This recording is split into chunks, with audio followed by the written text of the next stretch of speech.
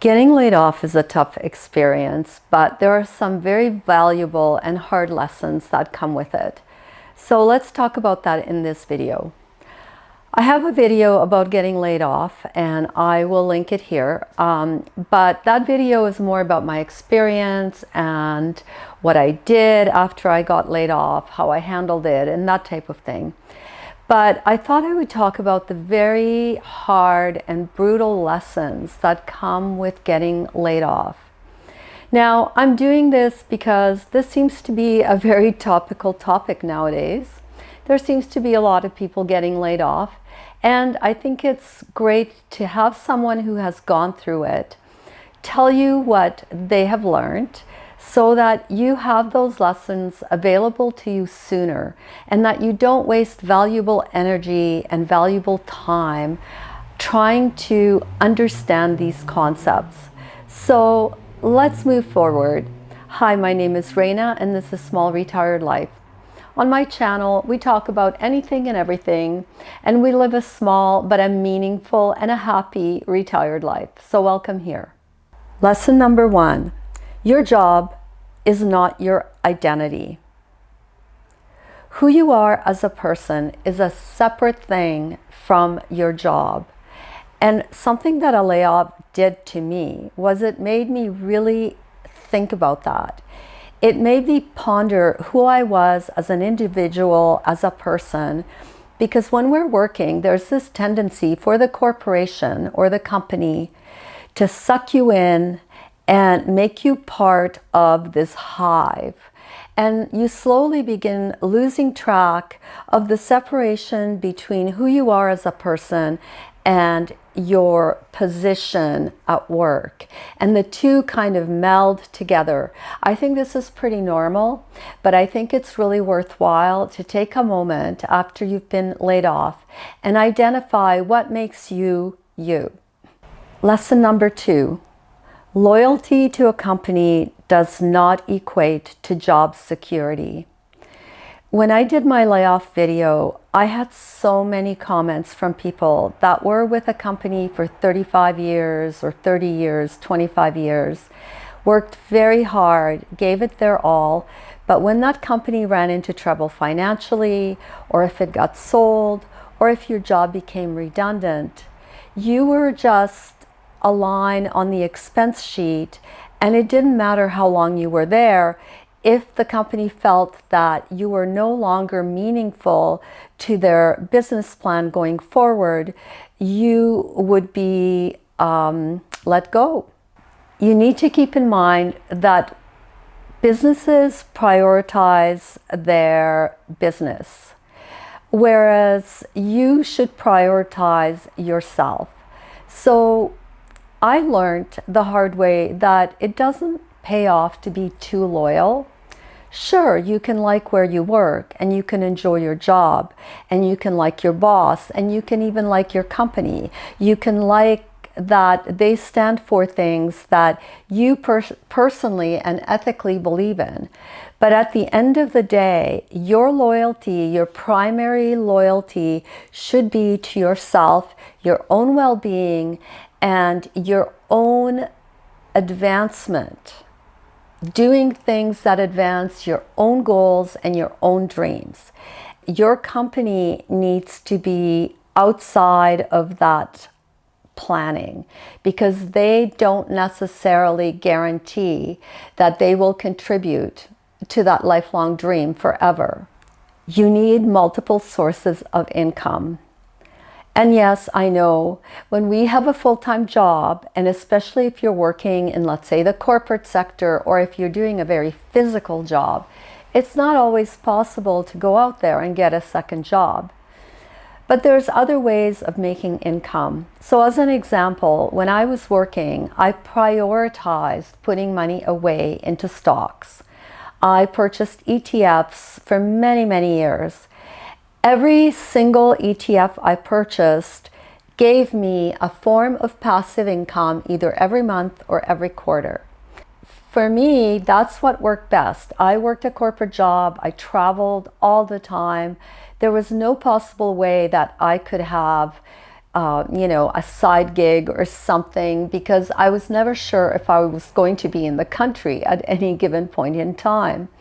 So for me, investing in stock was a way to gain extra passive income, and I focused on saving as much money as I could and purchasing ETFs and GICs and other financial instruments that would give me a monthly income. Some of you may be really handy or really good with fixing things, and perhaps a little tiny rental property or a property that you could turn into an Airbnb is something that you can consider. Listen, I've been in Melbourne now for a month, and I've been staying in Airbnbs, and I'm paying a lot of money to stay in sometimes the tiniest little places. The last Airbnb I was in was probably 300 square feet, maybe a little bit more.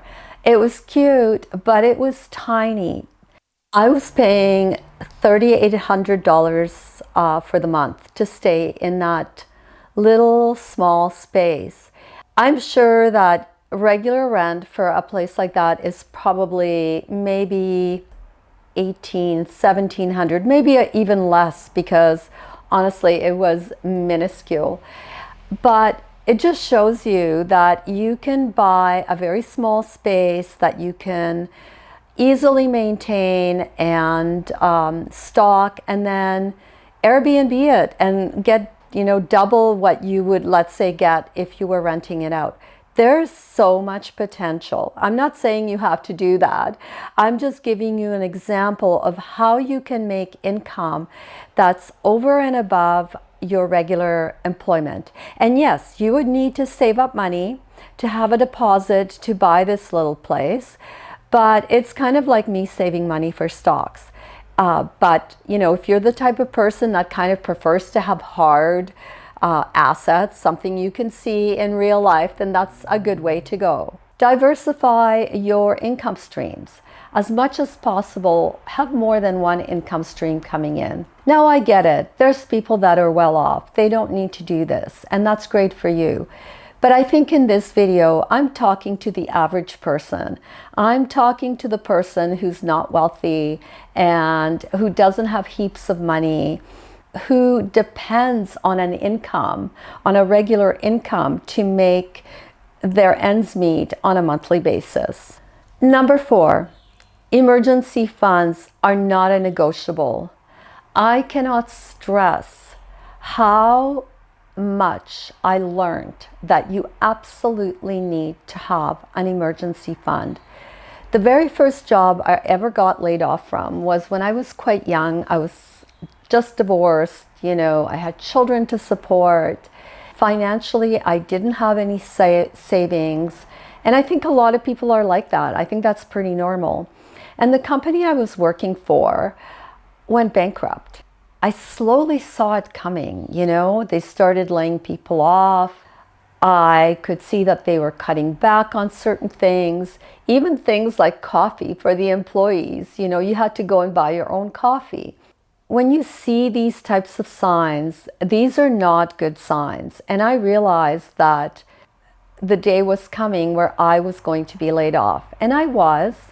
And I have to say, I did get a bit of a package to tide me over. And thank goodness, because I had zero savings. That layoff taught me such a valuable lesson. From there on, I think one of my first priorities was to have an emergency fund, where at first I started saving 3 months of income. Then I started saving 6. And once I had 6, I worked my way up to a year. When I had that 1 year of savings in my bank account that was easily accessible in case I lost my job, it was just such an empowerment. I can't tell you how empowered you will be if you have a good amount of savings set up in case you get laid off. And actually, I think it's probably the most important thing. It is the most important thing, and you can do it. People always say, oh, I don't have the money to save, blah, blah, blah. Whatever it takes for you to do this, do it. I can't emphasize that enough, because companies get sold, and when companies get sold, sometimes your job is eliminated because the company that's purchased you is not interested in keeping you on board. I've had that happen to me. I was in the oil and gas sector and I worked in the capital markets. This was a very high layoff field. Tech workers, I think you will understand this as well. Anyone working in tech, they've experienced probably a high rate of layoff. If you worked for places like the federal government or the healthcare, maybe you don't see this as often, but if you read the news today, you see that nobody's job is safe. Number 5, there is nothing more valuable than your own network. Every single job I ever got in my career was through knowing someone who would tell me about an opportunity or would put my name forward for an opportunity. I don't think I ever got a job from some job board. I mean, I'm sure you can, but my best and most valuable jobs always came through my business network. People I knew and people who would hear about opportunities. So focus on building a network. Even if you have a job, focus on your network. Go to industry events, meet other people. This is so important. Even if you are doing the most introverted job in the world, maybe you're sitting in some little tiny office doing some kind of bookkeeping. Find people that do the same thing as you and cultivate these relationships, because when you get laid off, I think this is the best way for you to get the next job. Honestly, every single job I've had throughout my corporate life, I got through my network. Even if you're not an extrovert, try and meet people in your field and cultivate those relationships. Life lesson number 6, your skills absolutely need to stay relevant.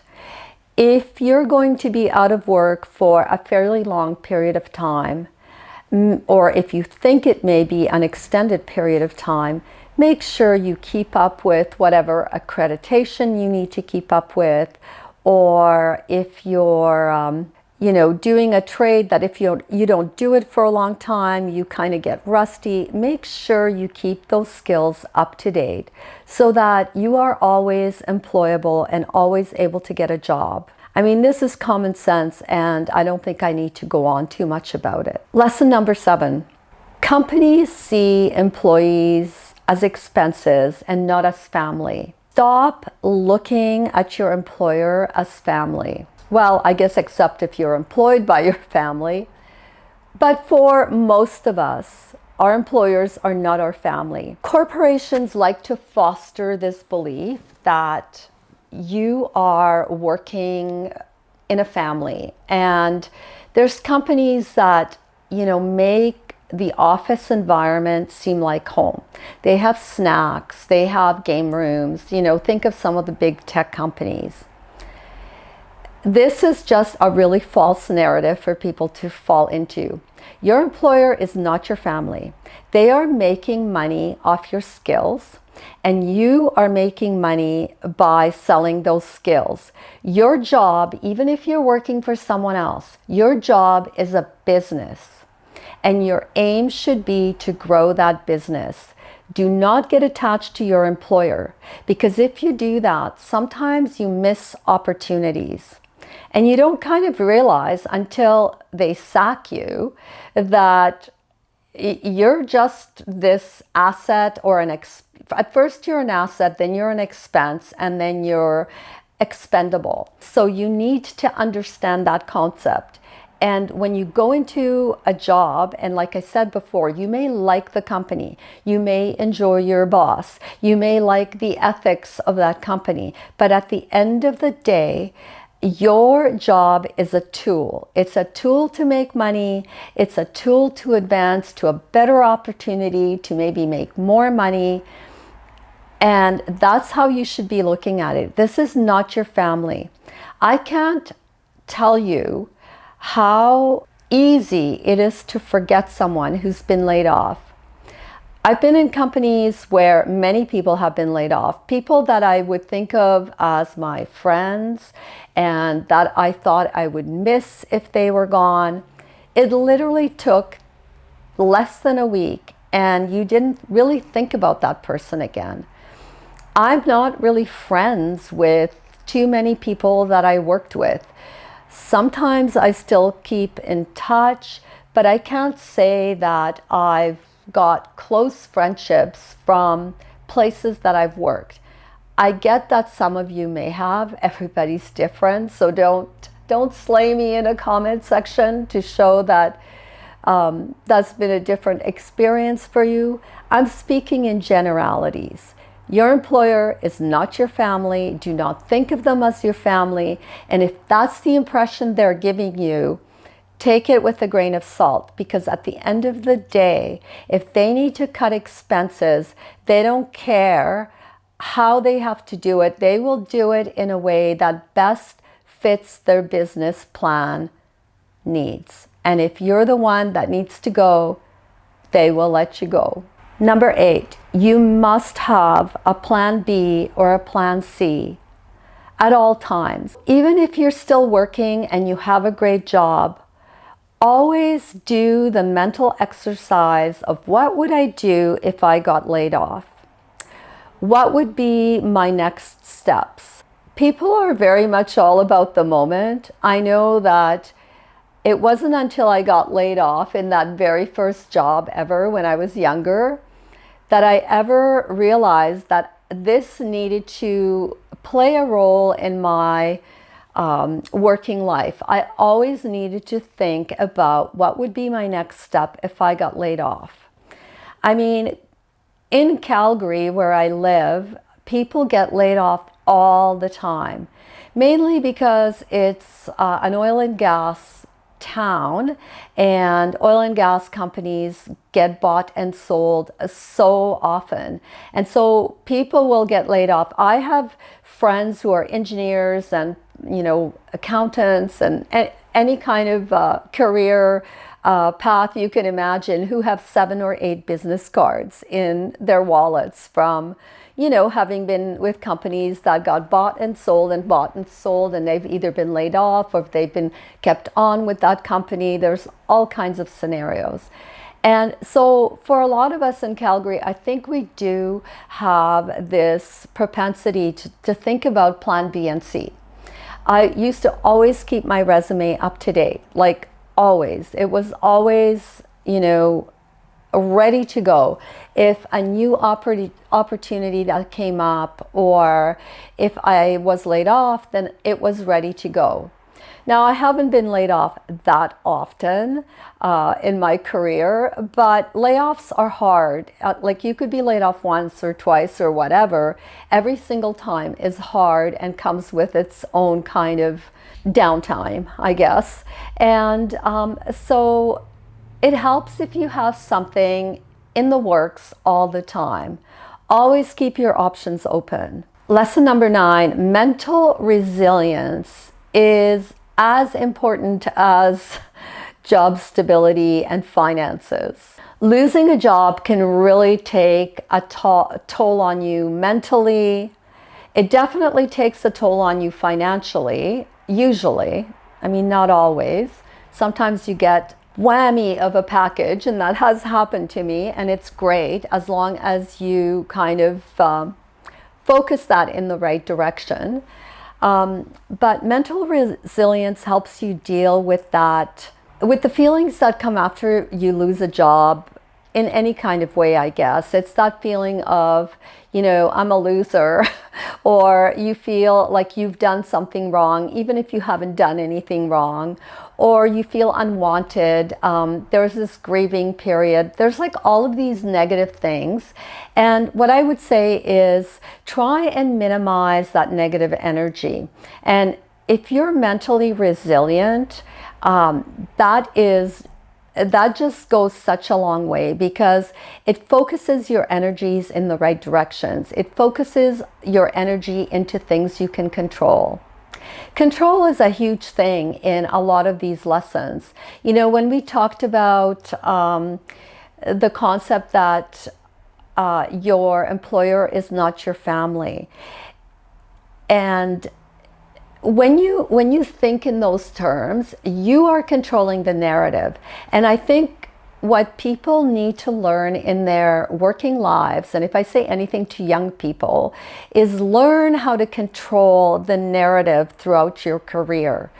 You need to be in control, even if you're working for someone else and they have the control of whether they hire you, fire you, lay you off, whatever the case. You can control the outcome of that by controlling things like your savings, your ability to deal with negative things in a very positive way and in a resilient way. So foster resilience. Books on Stoicism are a really good source of learning how to do that.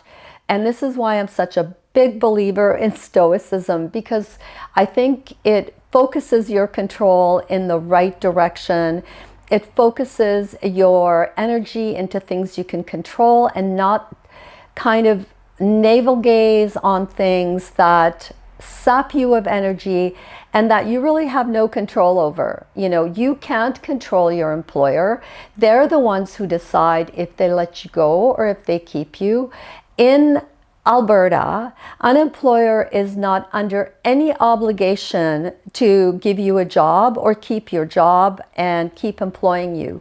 They can let you go at any time for absolutely zero reason, as long as they follow the labor laws that come with letting someone go in terms of severance. As long as they're following that, and you know that they're giving you severance in line with what common law even dictates, if they do all of those things, there really is no repercussion for you to force them to keep you employed. Foster resilience, foster positive energy into the things you can control.